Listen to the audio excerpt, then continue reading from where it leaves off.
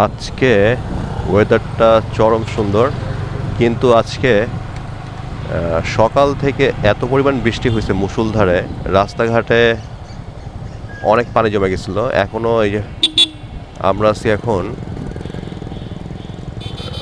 পীরজঙ্গি মাজার শাহজাহানপুরে, এখানেও পানি ছিল, প্রচুর পানি ছিল। পানি এখন নেমে গেছে, যদিও এখন দুপুর 1টা বেজে গেছে, পানি নেমে গেছে, বাট কিছু কিছু জায়গায় পানি এখনো রয়ে গেছে।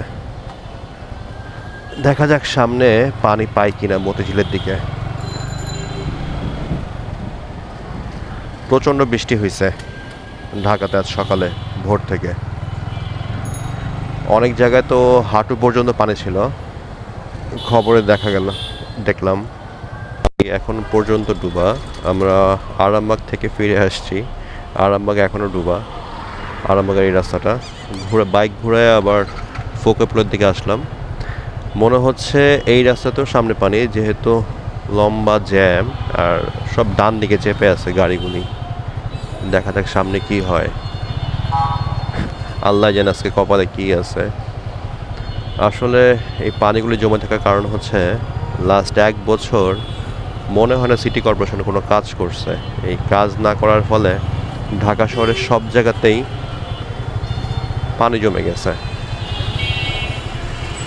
এটা আসলে আমরা যারা সাধারণ জনগণ, এটা আমাদের জন্য বিশাল এক ভোগান্তি।